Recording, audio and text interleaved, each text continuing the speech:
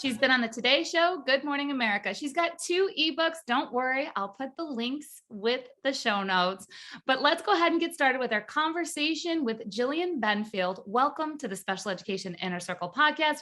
I'm your host, Catherine, and Jillian, thank you for being here today. Yeah, thanks so much for having me. This is such a treat. It's going to be an exciting conversation, but we always start out with the first question of how did you end up at an IEP table? So can I give you a long answer? Yes, go for it. Okay. So my background is a little bit like your beginnings where, well, first I was a journalist.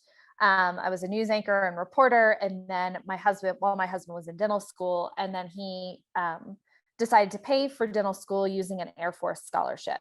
So I took the year off of news. We moved across the country from Georgia to Las Vegas. And then I thought, since that was just a 1-year assignment, that I would go back to news once that assignment was done. And then we got stationed in Alamogordo, New Mexico, which there is not even a Target there, let alone a TV news station. So I tell you all of that because 8 days after we arrived in New Mexico, that's when we found out that our unborn son likely had Down syndrome. And so eventually that's how I ended up at an IEP meeting, is that son did have Down syndrome. And he is now 6.5 years old. And so we've been through, I don't know, is that like 4 IEPs so far? A lot. Something like that.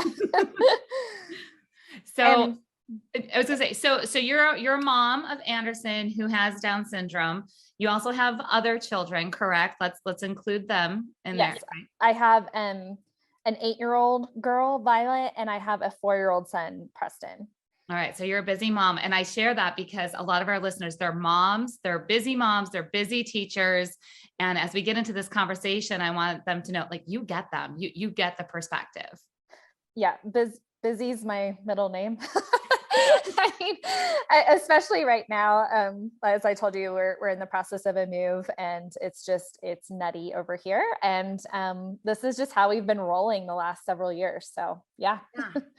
So one of the reasons that I reached out to you and I said, hey, will you come talk with us, is because you have a great way with words and sharing emotions that happen as a parent, as you're going through a lot of different things, whether it's IEP meetings or it's doctor's appointments, or it's just life and moving and all of that. And there's a lot of mixed emotions that come with being a parent of a child with Down syndrome. There's a lot of decisions that need to be made. And I'd love for you to share just some encouragement. Let's just start there. Usually I do encouragement at the end of the episodes, but I'm like, no, we're going to start with encouragement. So can you give some encouragement to some parents who are listening, who are feeling quite hopeless just with everything that has happened in the world and the decisions and the things that they're going through also? Yeah. So I think a tool that I learned from a friend who was in therapy, I got like bonus therapy through her therapist, was the power of the word and. I think that I used to be a but user. It was like, having a child with Down syndrome is really hard, but it's also the best thing that's ever happened to me, right? And when you use that but word, it kind of cancels out the first part of that sentence. It cancels out the difficult pieces that come with parenting a child with a disability. And so what I like to tell my followers is, it's not a but thing, it's a both and thing. Parenting a child with a disability is the hardest thing that I've ever done. And it is also the greatest joy of my life. Both of those things are true. I think that sometimes we think that, I feel like just with how divided we are as a country and polarized everything is, it's like one or the other, pick a team. No, like I'm not going to do that. I'm going to tell the truth because both of these things are true. And so when it comes to the encouragement piece to other parents of kids with disabilities, I always just say, like, it's okay to say that this is hard because it's hard. It's hard parenting a child in a world that is not accommodating to them. It's hard. Yeah. And it is also, nothing's ever taught me more in my life. Nothing has ever been more rewarding. Both of those things are true. I'm listening to you and I'm like, okay, teachers who are listening right now, listen to that switch of the language. Because when you're doing parent teacher conferences or you're at the IEP meeting, you could switch your buts into ands and change the entire feel of an IEP meeting. That would be so big. So yeah, I love that piece. This is actually leading great into the conversation. You and I talked a little bit before this because it is a sensitive topic, and it's something that needs to be talked about when we talk about inclusion. And I know that you're a big advocate for inclusion, and you're working through a lot of barriers that are in the community, that are in the schools, to do that. A lot of times when we hear the word inclusion or inclusion advocate, we think that we picture a parent who is thinking everything has to be in general education when it comes to school, or everything has to be exactly the same, and that there's no leeway in that. And you just said, there's a but and then there's an and kind of thing. And I know we kind of chatted about your view on inclusion, how there can be a bit of an and. There can be inclusion and perhaps some other things. Can you explain your viewpoint on that? Yeah. So for me, for what I have experienced with Anderson so far, I am okay with, I want him in the general education classroom a minimum of 80% of the day. That to me is inclusion. However, I am okay with some specialized instruction. So right now he gets pulled out for speech because it's really hard to work on articulation around 20 of your other classmates. That's not fun. So that to me, just, it makes sense for him to be pulled out for that. The school that he's at right now, currently all students have to learn Chinese. Well, I just don't think that's appropriate for him, because we're working very hard on the English language right now, and I don't want him to be confused. So during that time, he gets some more specialized math and reading instruction. So it's not like for me, it's not a end all be all. No, nothing can be done outside the general education classroom. However, I do think that everything that can be brought into the classroom should, because I'm not raising him to live in a segregated world. That's not the world we live in. I'm raising him to live in an integrated world with everybody. And the best experience he's going to get with that is in the general education classroom. Do you have any specific examples that you would, as specific as possible with keeping all the confidentiality that we keep in special education, of maybe some things that you had to work through? And you can even think back to like maybe early intervention, kind of, coming into the school system. What's some of the pushback that you might have gotten that you were able to work through? I would say the most pushback I have gotten from a school, this is when we were in Texas, we're currently in Colorado. And he had a pretty good preschool experience that was in a fully included classroom. He was only pulled for speech.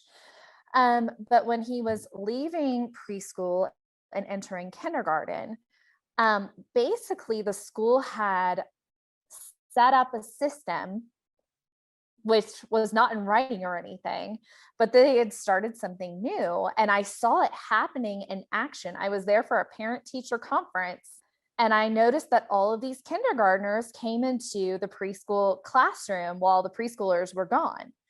And what they were doing was they were basically putting these kindergartners with disabilities in an inclusive classroom for half or more of that of their day. And then they were being segregated the rest of the day. And they basically were doing this test trial period without putting it in writing. If they did well during this kind of phase in kindergarten and inclusion, then they would go on to be in an inclusive environment in first grade. If they didn't, then they would go into a segregated environment in first grade. This resulted in a 5.5-hour IEP meeting, because they were planning on doing this with Anderson. I was like, no, in no way is this individualized. This is a system that you've developed that is quite frankly unlawful. So that's the biggest pushback we've ever gotten.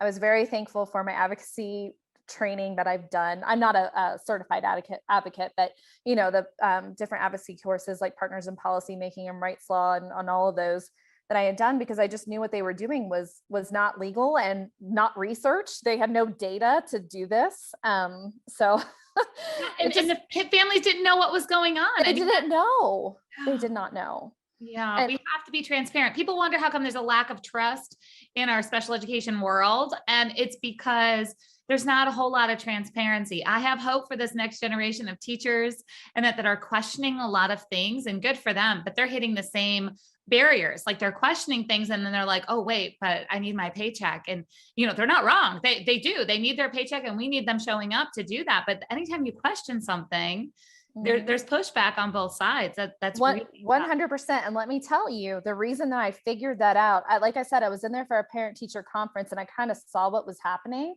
But the teacher, who was a young teacher, it was her first year of teaching, who had just done all of this excellent training at her university on inclusive education, gave me a heads up. And guess what? Like if she hadn't, I think I would have been very blindsided, and she ended up leaving that school, and that's sad that she felt like she had to leave that school because she couldn't deal with that unlawful and unjust system. Yes. And there's so many teachers right now nodding their heads like, yep, been there, done that, might have just left a school or they're considering leaving a school because of just practices that they're just not right. Like whether they're lawful, unlawful, that like, it's just not right to judge a child in that way and to not individualize. So let's talk a little bit about, you have a book that talks about faith, and you have some support for parents in that way. And this is a conversation we don't talk a whole lot about on here. We don't talk about faith. We don't talk about God in that way.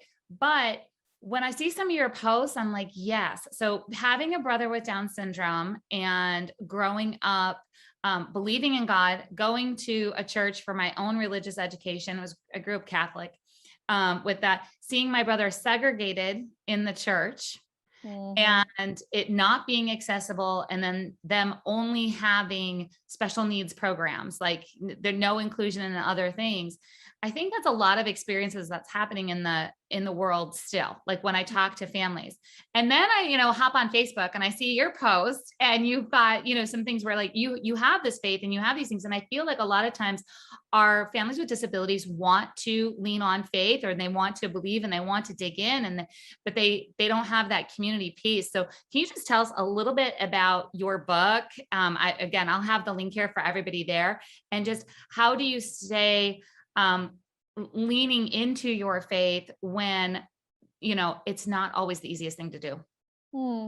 Okay. So the book that I am currently writing, that's going to be published in 2023, is mostly, it's about how our unexpected circumstances can really help us become who God desires us to become, right? I think we are known and loved for who we are. There's nothing that we have. Anderson has taught me this a lot. There's nothing that we can do to earn our worth. It's already just settled from the beginning. In the beginning, God said it was very good, and we're a part of that, right? But we were also all put here to grow. We're loved as we are. It's a paradox. We're loved as we are, but we're meant to grow. We're meant to become somebody, the highest version of ourselves. Let's put it that way. And I think that our unexpected circumstances can really help us live into our God-dreamed entirety. And that is a message that I want parents who follow me to know, that these adversities that I see Anderson experience, and then these adversities that I experienced being his mother, trying to fight for equity for him and others like him. Is it fair? No. But it is helping me become who I believe God always dreamed that I would be. And I think that our unexpected circumstances for all of us can do that as well. So that's my main messaging when it comes to faith and unexpected is there's hope in our unexpected experiences. And that hope is not always that our circumstances are going to change, but that there can be change, and that oftentimes that change is from within. I love that. It's so much bigger than an IEP meeting, right? When we're looking at what are we doing and why are we doing this? It's bigger than an IEP meeting. It's Mhm. bigger than, the 12 or 15 years that we spend in school. It's bigger than that. And I feel like I have a perspective of that now, having a brother who's 44, with Down syndrome, and he's living in Florida doing his thing with my mom, and they're not in a segregated community. He lives with my mom and they're integrated into a 55 and over community. He can't wait to get his golf car and drive around with all, my mom's going to drive their dog and drive around the community and be part of that community and have this meaningful life. And I think that's so important. If you could give teachers Mhm. some words of advice, some words of just kind of insight of some things that they either should or should not say to Hmm. parents who are coming to the IEP. It could be seasoned parents, it could be new parents. I'm not gonna put a specific situation in there. But do you have some words of wisdom for teachers of things that maybe you heard that you were like, oh, I'm so happy the teacher told me that? Or sometimes, we hear a sentence and it's kind of like a dagger, and we don't forget those. So do you have some words for them? I'm trying to really think. Anderson has only had one not so great teacher, and she ended up quitting like 6 months after starting. So um, we've really been very fortunate with teachers. I think I don't know if I have things not to say other than just assuming. I do feel like I've heard, not necessarily from teachers, but from just professionals that have worked with my child, whether it's a paraprofessional, maybe a teacher, a therapist or something, but just like working off of like a deficit model. Well, he can't do this, he can't, instead of like, he's really good at this and he really needs help with this, that's just such a better way to communicate with the parent. First of all, I had a friend yesterday, I went to her house and she was like, this new therapist just told me she's not doing this, she's not doing this, and asking all of these like really negatively focused questions instead of like focusing on what she is really thriving and excelling at. So I think just looking at the whole child, and just knowing that they're a human being first. And what do we all want as human beings? We want to belong. That's what we want.